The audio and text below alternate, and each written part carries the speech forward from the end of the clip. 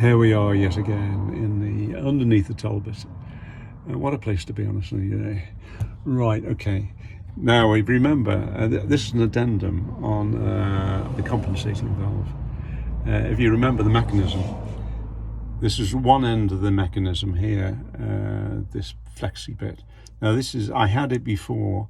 I thought the right thing to do was have this in a fully flexed position, so these two pieces were flexed together, and I tightened this nut. Now the trouble is, if you have them in the flex position, I thought this would work with, so you have an extra weight, obviously it pushed this down, but it was wrong. In fact, what actually happens is if you have it in the flex position, if you look at the compensator valve, flex position means that it pulls the rod inside. Oh, can you see that? I've got this right this time. It pulls the rod in the compensator valve downwards, and as a result of that, you actually restrict the flow of fluid going from one brake pipe to the other.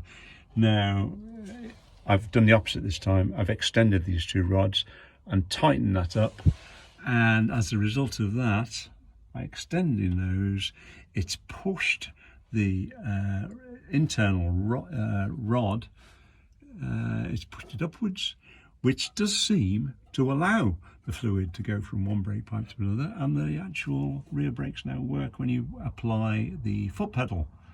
So there you go. So complete opposite to what I expected, but you've got to try these things out, and we found that out. Okay, so I thought I'd better do this addendum if people are trying this.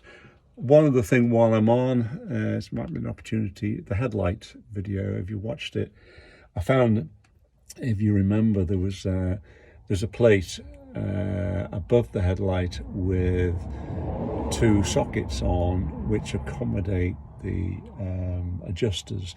At the end of the adjusters are these balls, steel balls at the end of each adjuster.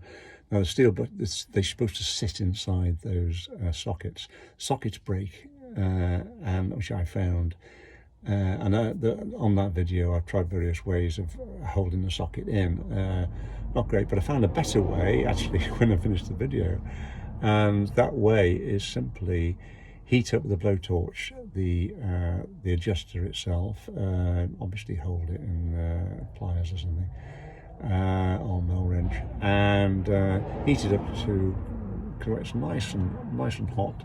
Push it onto the socket, what remains of the socket, and you will actually, and you will actually form another socket.